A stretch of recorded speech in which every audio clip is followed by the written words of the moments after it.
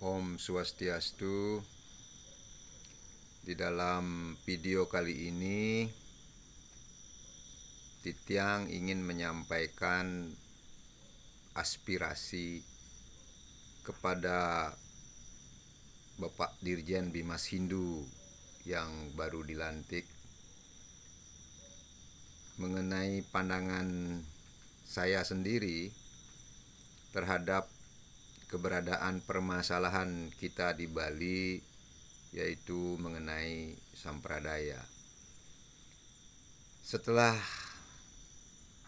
mendengar ceramah Bapak di dalam Mesimokramo di Art Center kemarin, jadi kami menangkap bahwa Bapak Dirjen Bimas Hindu dan Bapak Gubernur dalam pidato yang disampaikan telah memiliki sikap yang jelas mengenai bagaimana kita menguatkan kekuatan Hindu Nusantara, di mana kemudian saya simak dari ceramah tersebut agar kita bersama menegakkan keberadaan Hindu Nusantara ini. Seperti halnya dalam kehidupan kita, bapak-bapak. Jadi Hindu di Nusantara ini, khususnya di Bali, kita Agamo Tirta gitu. Jadi Agamo Tirta itu yang dimaksudkan, kalau tidak salah, ini adalah mengenai hulu dan teben. Seperti halnya sampradaya yang sudah saya kaji lama ini mengenai Hare Krishna begitu. Demikian juga Sai Baba. Kedua sampradaya ini secara hulu tidak sesuai sama sekali dengan Hindu kita di Nusantara, di mana mereka mentuhankan manusia.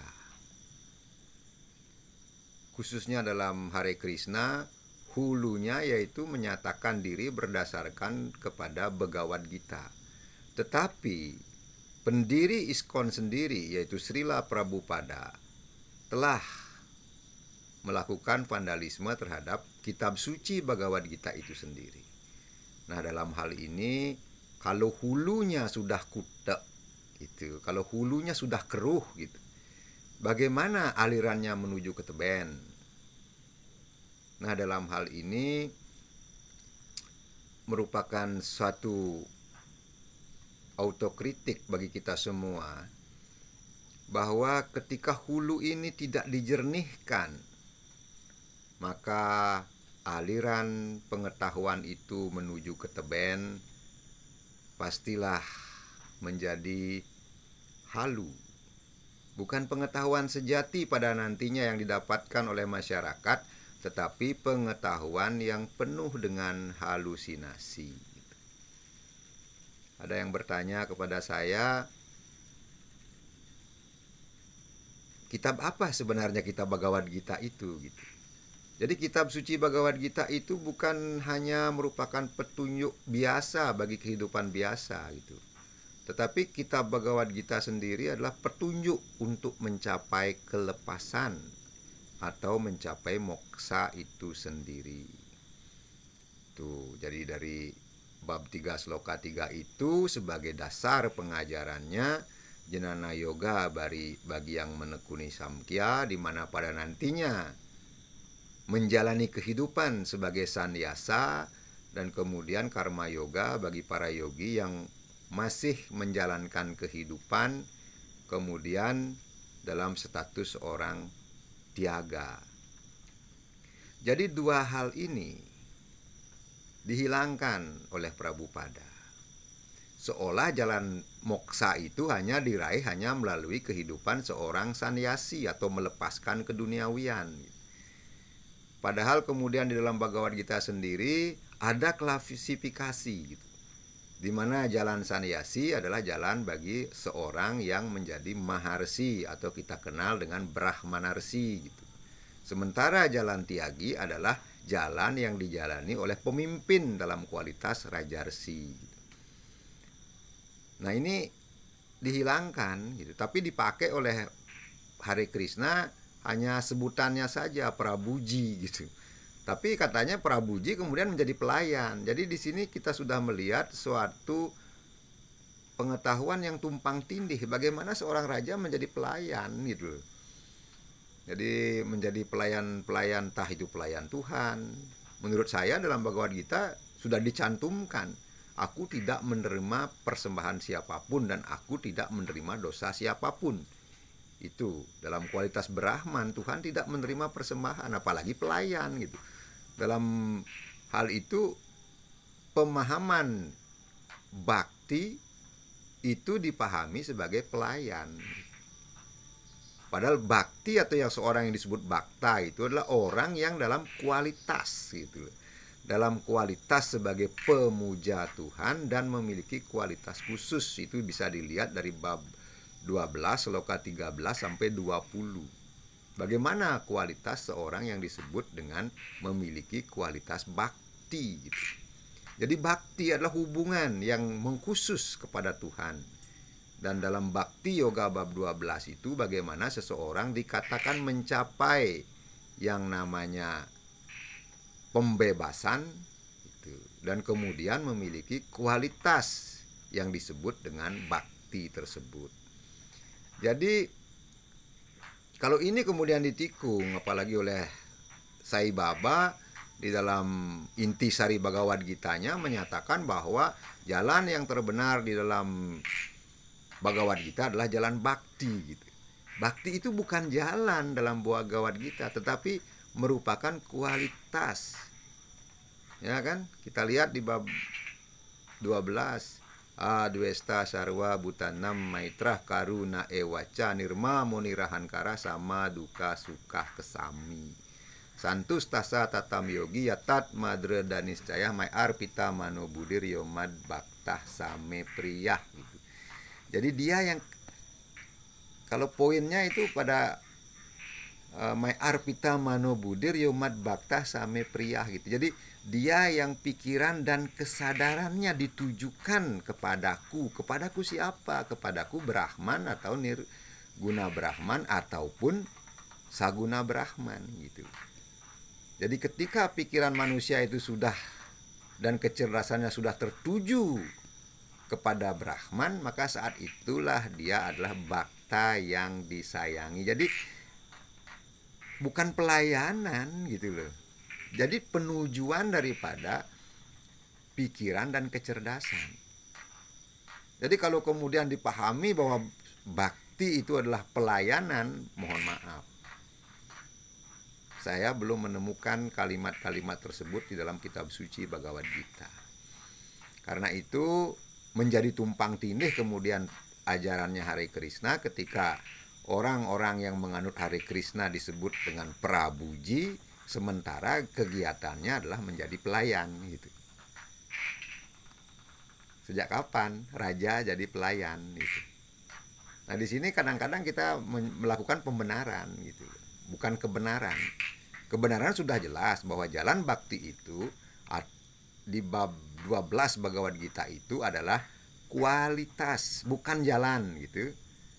Nah, kalau kemudian seorang yang dikatakan Tuhan seperti Sai Baba menikung bahwa jalan yang terbenar itu adalah jalan bakti, maka disitulah kekeliruan seorang Tuhan terhadap pengetahuan ketuhanan itu sendiri. Nah, karena itu sesuai dengan pidato yang Bapak sampaikan, Bapak yang saya hormati, Dirjen Bimas Hindu yang baru, kemudian juga pidato daripada Pak Gubernur, jadi sudah saatnya menurut saya Bapak berani gitu. Karena sekarang hulu agama Hindu itu berada di Dirjen Bimas Hindu gitu, hulunya, maka agar masyarakat kita terbebas daripada halusinasi, tindakan yang paling tepat adalah menyatakan bahwa sampradaya tersebut tidak ada dalam Hindu Indonesia. Sehingga apa yang terjadi? ya mungkin Sampradaya akan mendaftarkan dirinya ke lembaga yang lain, dan dengan begitu maka ini merupakan win-win solution. Nah, sekarang kami berharap sekali kepada hulu daripada pengatur kebijaksanaan mengenai keagamaan kita, yaitu di tangan Bapak Dirjen Bimas Hindu. Saya rasa ketika Bapak sudah berani memberikan kejelasan sikap terhadap keberadaan Sampradaya yang bukan merupakan bagian daripada Hindu Indonesia gitu, dan hanya aliran kepercayaan gitu, sudah jelas pasti masalah kita hari ini final, selesai. Dan itu harapan saya, itu harapan kami, itu harapan para seluruh pejuang gitu. Jadi saya cuma menyampaikan satu pandangan, pendapat pribadi, tapi saya tidak berani mengatasnamakan seluruh pejuang karena saya lebih nyaman kalau ini saya anggap pendapat pribadi untuk Bapak Dirjen dan juga Bapak Gubernur Bali. Inggih, itu yang ingin Titiang sampaikan dalam video ini. Sekali lagi, Dirjen Bimas Hindu adalah hulu daripada kebijaksanaan agama Hindu di pemerintah Republik Indonesia. Karena itu, sekali lagi saya sampaikan kepada Bapak Dirjen Bimas Hindu, tolong dijernihkan hal ini. Sebagai hulu, ketika jernih, maka aliran, kalau air itu alirannya semakin ke bawah, tetap menjaga kejernihannya. Kalau hulunya kutek, maka ya sudah, alirannya pasti kutek gitu. Nggih, itu yang bisa Titiang sampaikan. Semoga Bapak bisa mengisi keinginan saya. Kemudian ini juga merupakan keinginan daripada seluruh pejuang-pejuang Dereste di Bali agar kita bisa selesai dalam satu masalah ini. Kemudian masalah ini tidak digoreng lagi, tidak ditunggangi secara politik kepentingan. Maka ketika masalah ini usai, kita akan bisa duduk bersama, kita bisa saling menghormati dengan kejelasan Sampradaya bukan lagi bagian Hindu Indonesia. Maka saya selaku orang Bali dengan Dereste Bali, juga semeton-semeton Nusantara, pasti akan sangat menghormati keberadaan mereka. Sama dengan ketika kita saling menghormati keberadaan daripada seluruh umat agama di Indonesia. Jadi biarkan, lepaskan Sampradaya menjadi aliran kepercayaan.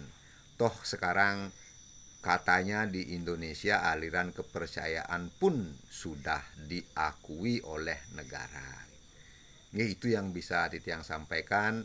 Semoga didengarkan oleh Bapak Dirjen Bimas Hindu dan juga Bapak Gubernur agar dalam waktu segera ada realisasi daripada kejernihan di hulu kebijaksanaan keagamaan pemerintah Republik Indonesia. Om Shanti Santi Santi Om.